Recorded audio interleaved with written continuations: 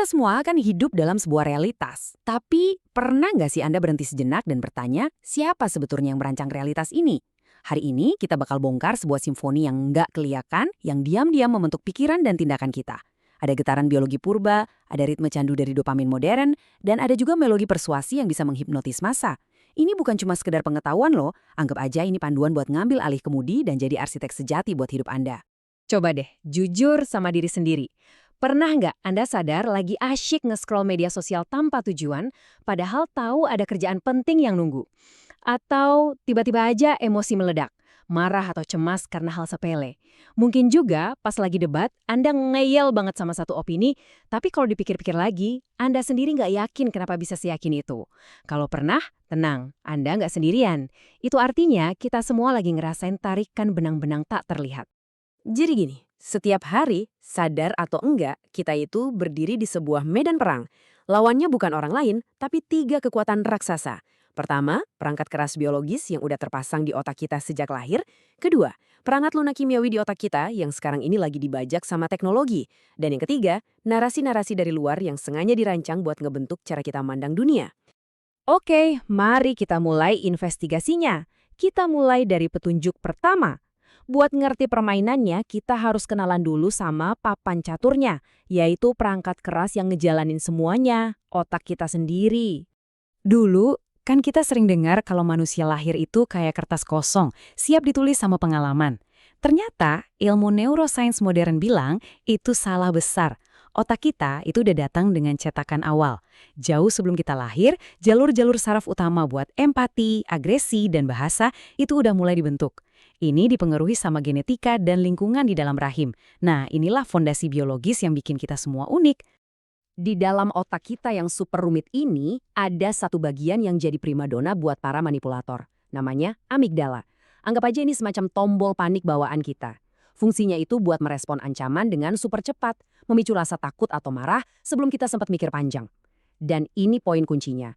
Kalau ada orang yang bisa neken tombol amigdala Anda, mereka bisa ngelewatin pikiran logis Anda dan langsung ngendaliin reaksi Anda. Nah, ini nih yang seru.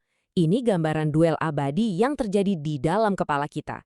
Di satu sudut ada si otak emosional, si amigdala yang reaktif, impulsif, dan siap tempur. Di sudut lain ada otak rasional, si CEO yang tenang, yang menganalisis dan bikin pertimbangan. Menariknya, penelitian nunjukin ada sedikit perbedaan struktural rata-rata. Eits, ini bukan berarti satu gender lebih baik dari yang lain ya. Sama sekali bukan. Ini cuma nunjukin gimana fondasi biologis kita bisa ngasih kecenderungan awal yang beda dalam merespon stres atau provokasi. Selain struktur fisik, ada juga konduktor tak terlihat di dalam diri kita, yaitu hormon. Mereka ini kayak musik latar yang terus-terusan ngubah suasana hati kita. Naik turunnya estrogen, progesteron, atau testosteron itu secara fundamental bisa ngubah cara kita ngelihat masalah, bahkan melihat orang lain.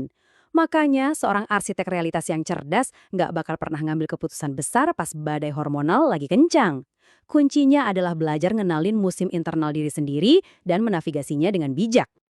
Oke, petunjuk pertama udah di tangan kita nih. Kita punya perangkat keras biologis yang bisa disentil. Sekarang kita lihat petunjuk kedua. Perangkat lunak kimiawi yang bikin kita terus bergerak, yang sekarang justru jadi rantai yang ngebelenggu kita. Ini salah satu miskonsepsi paling besar di zaman sekarang.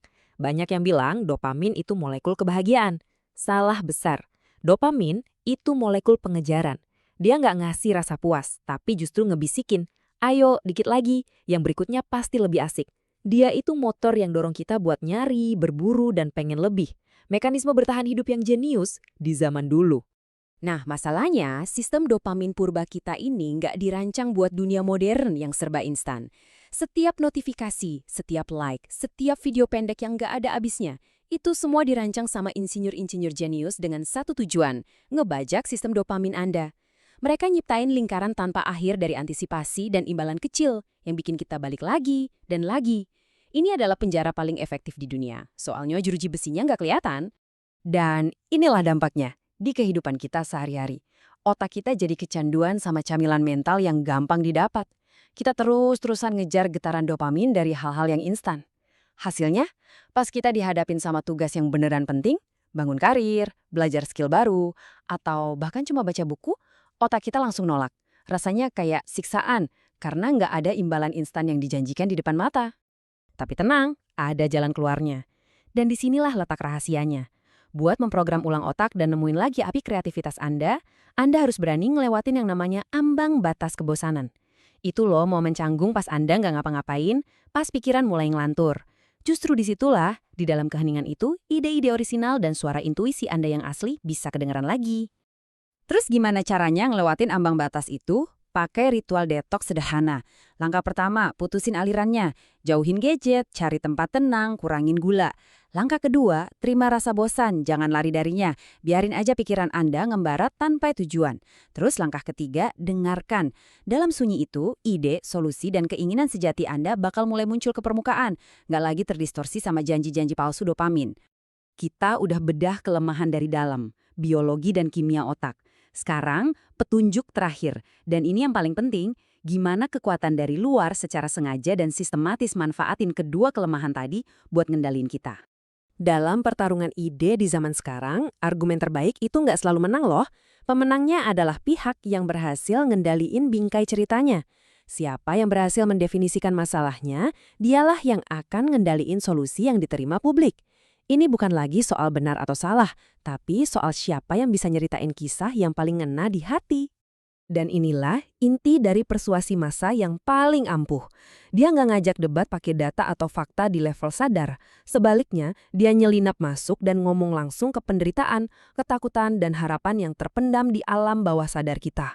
Dengan ngambil penderitaan yang abstrak terus dikasih nama yang gampang diingat dan nunjuk satu musuh yang jelas buat disalahin, seorang manipulator bisa ngubah massa yang tadinya pecah jadi satu kekuatan emosional yang solid. Jadi gimana ini bekerja di level otak?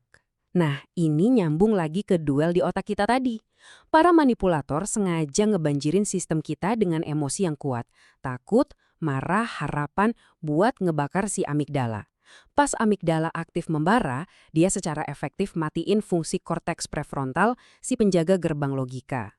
Dalam kondisi inilah, filter kritis kita jadi lemah dan kita jadi jauh lebih gampang nerima narasi apapun yang disajiin. Mereka ngelakuinnya pakai senjata-senjata yang seringkali nggak kita sadari. Repetisi, sebuah kebohongan yang diulang terus-terusan lama-lama bakal terasa kayak kebenaran. Metafora, sebuah cerita sederhana bisa nanemin ide yang rumit langsung ke emosi kita. Figur otoritas, kita cenderung percaya aja sama orang yang kelihatannya ahli atau berkuasa. Dan yang paling canggih, asosiasi. Mereka ngehubungin agenda mereka dengan nilai-nilai luhur yang udah kita pegang, kayak keluarga atau kebebasan, biar kita ngerasa ide mereka itu ide kita sendiri. Oke, kita udah ngumpulin ketiga petunjuknya.